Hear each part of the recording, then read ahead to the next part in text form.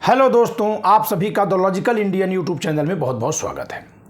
मैं हूं एडवोकेट पंकज कुमार त्रिपाठी और आज हम चर्चा करेंगे हिंदू विवाह के अनिवार्य संस्कारों के रूप में कन्यादान की। क्या कन्यादान हिंदुओं के मध्य विवाह की विधिक मान्यता के लिए अनिवार्य है, या अगर कन्यादान की जो रस्म होती है अगर उसे नहीं भी किया जाए तो भी विवाह माना जा सकता है। इस पर मैं अभी तत्काल में इलाहाबाद उच्च न्यायालय की लखनऊ बेंच के एक निर्णय पर चर्चा करूंगा। यह हिंदुस्तान अखबार है दोस्तों, 8 अप्रैल 2024 का, और इसमें देखिए इसके पृष्ठ संख्या 5 पर एक खबर छपी है, कन्यादान अनिवार्य परंपरा नहीं। कोर्ट, हिंदू विवाह के लिए सप्तपदी परंपरा को आवश्यक माना। हिंदू विवाह अधिनियम के हवाले से हाईकोर्ट ने किया स्पष्ट।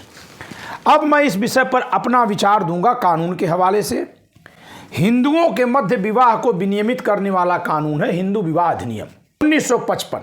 तो हिंदुओं के मध्य का मतलब जहां वर वधु दोनों हिंदू हों, संदर्भ में कानून लागू होता है हिंदू विवाह अधिनियम 1955, हिंदू मैरिज एक्ट 1955। इसकी धारा 7 लिखती है कि विवाह कैसे होगा, विवाह कैसे संपादित होगा। हिंदू विवाह के लिए संस्कार, सेरेमनीज फॉर हिंदू मैरिज। अब इसका जरा बैरट पढ़ लीजिए। हिंदू विवाह उसमें के पक्षकारों में से किसी के रूढ़िगत आचारों एवं संस्कारों के हिंदू विवाह उसमें के पक्षकारों में से, यानी विवाह के पक्षकारों में से किसी के, यानी दोनों के अगर अलग अलग हैं तो दोनों में से किसी एक के रूढ़िगत आचारों और संस्कारों के अनुरूप अनुष्ठित किया जा सकेगा। A Hindu marriage may be solemnized in accordance with the customary rites or ceremonies of either parties thereto. यानी अगर दो लोग जो विवाह कर रहे हैं उनकी रूढ़ियां अलग अलग हैं विवाह की, कोई बंगाली है कोई केरला से है, हिंदू विवाह कर रहे हैं, तो दोनों में से किसी के भी कस्टम से अगर विवाह हो गया तो विवाह माना जाएगा। यह बात हिंदू विवाह अधिनियम 1955 की धारा 7 की उपधारा 1 में लिखी हुई है। उपधारा 2 कहती है, जहां की ऐसे आचार और संस्कारों के अंतर्गत सप्तपदी है, अर्थात अग्नि के समक्ष वर और वधु को संयुक्ततः 7 पद लेना है, वहां विवाह पूरा और बाध्यकर तब हो जाता है जबकि 7वां पद पूरा किया जाता है। Where such rites and ceremonies include the saptapadi, that is the taking of 7 steps by the bridegrooms and the bride jointly before the sacred fire, the marriage becomes complete and binding when the 7th step is taken. 2 बातें इस प्रकार से लिखी गई हैं। पहली बात तो यह कि परंपरा में जिस तरह से विवाह होता है अगर उस तरह से हो गया, किसकी परंपरा में, वर या वधु दोनों को बराबरी दी गई कि दोनों में से किसी की भी परंपरा से अगर हो गया तो मान लिया जाएगा। लेकिन अगर परंपरा में सप्तपदी है तो फिर वर वधु का एक साथ अग्नि के सामने 7 पद लेना जरूरी है और 7वां पद पूरा होने पर विवाह होता है। इस तस्वीर में एक प्रथा दिखाई दे रही है जो अभी भी चलती है, जिसको मैं कुप्रथा मानता हूं। यह लिंग भेद का बहुत बड़ा एक कारण है, एक पैमाना है कि जबकि स्त्री पुरुष दोनों का विवाह होना जरूरी है, दोनों ही बिना विवाह के सृष्टि का संचालन सामाजिक रूप से नहीं कर सकते। और अगर देखा जाए तो विवाह के बाद चूंकि विदा होकर परंपरागत रूप से लड़कियां जाती हैं पति के घर, तो एक जीवन का लाभ मिल जाता है, एक सदस्य बढ़ जाता है, वो भी युवा व्यक्ति, उससे परिवार की एनर्जी बढ़ती है।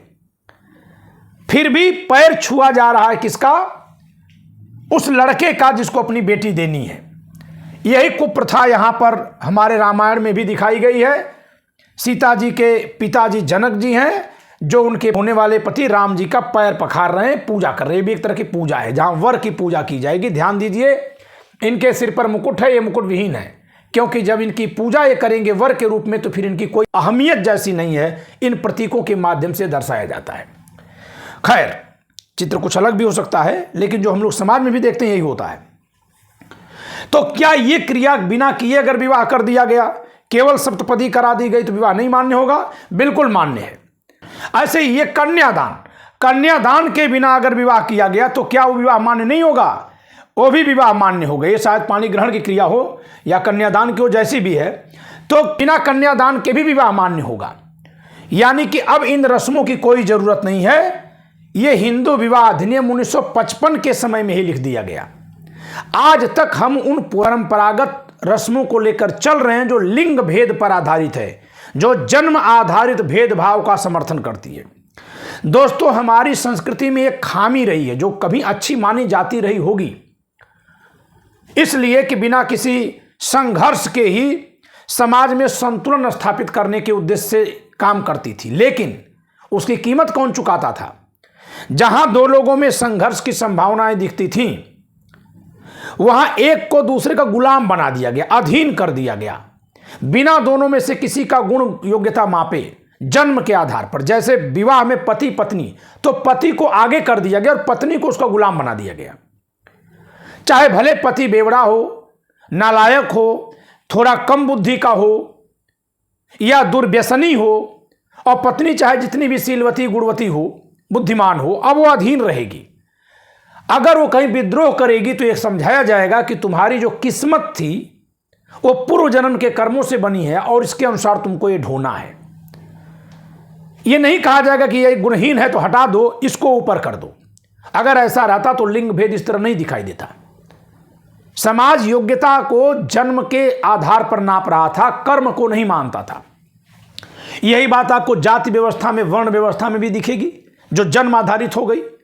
हाँ, आपको यहाँ न कहने आए कि पहले कभी परीक्षा होती थी, जैसे आज IAS की होती है, और जो पास होता था बहुत अच्छे नंबर से ब्राह्मण, और उसके बाद वाला क्षत्रिय, उसके बाद वाला वैश्य और सबसे बाद वाला शूद्र बनता था। ऐसी कोई परीक्षा का साक्ष्य हमें नहीं मिला है। हमें नहीं मिला है तो जो कहेंगे कि वर्ण व्यवस्था जन्मवादी नहीं कर्मवादी थी, कृपया सबूत भेज दीजिएगा किसी परीक्षा के आयोजन का, और फिर यह भी बता दीजिएगा कि फिर परीक्षाओं के बंद कराने का दोषी कौन है, किन लोगों ने बंद करा दिया। या तो परीक्षाएं होती नहीं थी तो झूठा ख्याली पुलाव बनाया जाता है कि ऐसी परीक्षाएं होती थी, और या तो होती थी तो ये बंद की है, जो बंद की है वही कहते हैं कि नहीं होती थी, तो शुरू करवा दीजिए परीक्षा। तो फिर मैं कह रहा हूं कि चाहे वो सामाजिक संघर्ष को रोकना हो या परिवार में जन्म के आधार पर, वर्ण के आधार पर, लिंग के आधार पर एक को दूसरे का अधीन बनाया जाता था, और वो उस अधीनता को सहज रूप से स्वीकार करे, इसके लिए उसके आगे पीछे के लोगों को भी अधीन बनाया जाता था। जैसे कन्यादान की रस्म से पहले क्या होता है? वर पूजा होती है, जिसको कहते हैं द्वार पूजा।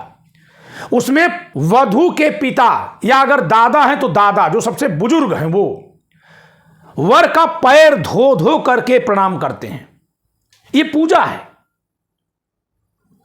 ये गैर बराबरी नहीं है, ये लैंगिक भेदभाव नहीं है। अब जरा बताइए कि वो लड़की जब ससुराल जाएगी और सताई जाएगी तो जिसकी आपने पूजा की है उसके साथ सवाल कर पाएंगे? नहीं कर पाएंगे। तो एक तो स्त्री होकर कमजोर, दूसरे पराये घर में जाने से और कमजोर, और तीसरे उसके मायके वालों ने ससुराल वालों को अपना देवता मान लिया, तो अब ये भी बोलने लायक नहीं। ससुराल में स्त्रियों के सताए जाने का बहुत बड़ा कारण यह था कि उन्हें असहाय छोड़ दिया गया, अधीन करके असहाय छोड़ा गया। तो खैर, इस रस्म को हमारे हिंदू विवाह अधिनियम से बाहर कर दिया गया। इसमें कहा गया केवल सप्तपदी भर पर्याप्त है। लेकिन जो पहली उपधारा वो कहती है उन संस्कारों और रीतियों से जिससे हो रही थी। तो इसलिए मैं कहता हूं कि हिंदू विवाह अधिनियम जब बनाया जा रहा था तो इसमें आधुनिकीकरण का, वैज्ञानिक सोच डालने का प्रयास हल्के मन से हुआ। इसमें एक वैकल्पिक व्यवस्था भी बनाकर रखनी चाहिए थी कि दो हिंदू या तो कोर्ट में जाकर विवाह करें और या फिर परंपरागत करें, जिससे कि कोर्ट मैरिज करने का सबके पास एक द्वार इस अधिनियम के जरिए रहता, लेकिन नहीं खोला गया। खैर, देखते हैं कॉमन सिविल कोड जब बने तो शायद हिंदुओं में भी इस बुराई का अंत हो, क्योंकि हिंदुओं में जो विवाह की पद्धति है उसमें स्त्री को नीचे दिखाया जाता है।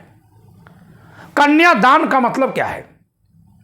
अपनी पुत्री का दान कर देना, और दान उसका होता है जो कोई वस्तु है। एक जीव का दान, चलिए पशु का दान हो सकता है, लेकिन एक मनुष्य का दान का मतलब है कि वो दान की विषय वस्तु, यानी उसका अपना कुछ नहीं है। तो एक तो पिता के पास वो पैदा हुई, पिता ने उसको दान कर दिया, वो अपने आप में उसकी अपनी कोई एंटिटी नहीं है। एक ने दिया और एक ने लिया। पहले बहुत प्राचीन समय में स्वयंवर की प्रथा चलती थी, अब वो भी खत्म हो गई। अब का मतलब मैं विगत 200 साल 400 साल पहले से लगाए अब तक की बात कर रहा हूं। स्वयंवर प्रथा भी बंद हो गई, यानी स्त्री का अपना कुछ नहीं। अब तो दहेज लोभी परिवार के लोग अपने बेटों पर भी दबाव डालकर जबरदस्ती शादियां कराते हैं। फिर भी कुछ हद तक लड़कों को बोलने का अधिकार है। लड़कियों के अधिकार को बिल्कुल कन्यादान के जरिए एकदम समाप्त कर दिया गया। और क्योंकि रस्म में कन्यादान थी, कन्या का मतलब रजस्वला होने से पहले, मासिक धर्म आने से पहले ही उसका दान किया जाता, वो कन्या है। क्योंकि दान कन्या का है, बेटी दान नहीं है। बेटी पूरे जीवन रहेगी लेकिन कन्या पूरे जीवन नहीं रहेगी स्त्री। तो इससे बाल विवाह को भी समर्थन मिला। सीता जी का स्वयं विवाह देख लिए 7 साल या 6 साल की उम्र में हुआ था। तो ये कन्यादान की जो रस्म रही है ये स्त्रियों पर बहुत भारी पड़ी है। मनु महाराज ने लिखा है कि 8 वर्ष की कन्या का विवाह हो जाना चाहिए। तो इस तरह से हमारे समाज में जो कन्यादान की रवायत रही है वो लिंग भेद पर आधारित रही है, जो शायद उस जमाने के लिए इस आधार पर ठीक थी कि किसी तरह से व्यवस्था चलाई जाए, आपसी संघर्ष को रोका जाए। लेकिन आज जबकि व्यक्तिवादी समाज बन गया है, हर किसी को अपनी योग्यता के अनुसार अपना अधिकतम विकास करने और अपने उस अधिकतम विकास से देश और समाज में अधिकतम योगदान देने का अधिकार और अवसर मिल गया है, ऐसे में भेदभाव पर आधारित सभी रवायतें बंद हो जानी चाहिए। जिसमें से एक रवायत ये भी है जिसमें इस तरह से कन्यादान किया जाता है, जिसमें वधू के पिता या दादा द्वारा उसके होने वाले पति की पैर धोकर के पूजा की जाती है। इस तरह की रवायतें बंद होनी चाहिए। ये लैंगिक भेदभाव पर आधारित हैं। और अगर सच कहा जाएगा तो स्त्री यत्र पूज्यस्तु रमन्ते तत्र देवता का जो श्लोक लिखा हुआ है मनुस्मृति में, ये परंपरा वास्तव में उस वाक्य के विरुद्ध है। यानी किताब में कुछ है, हकीकत में कुछ है। पूजा तो पुरुष की हो रही है, स्त्री की कहाँ हो रही है। हाँ, स्त्री की होती तो वहाँ देवता रमते, लेकिन होती नहीं है। और शायद इसी नाते हर तरफ असुर हैं। तो मैं तो कहता हूं कि स्त्री को आप न देवी बनाइए और न दासी बनाइए, आप उसको मनुष्य के रूप में जीवन जीने दीजिए। लैंगिक भेदभाव के जितने भी प्रतीकात्मक परंपराएं हैं उनको बंद किया जाना चाहिए। क्योंकि इनके बिना भी विवाह हो सकता है। हिंदू विवाह अधिनियम ऐसी अनुमति देता है।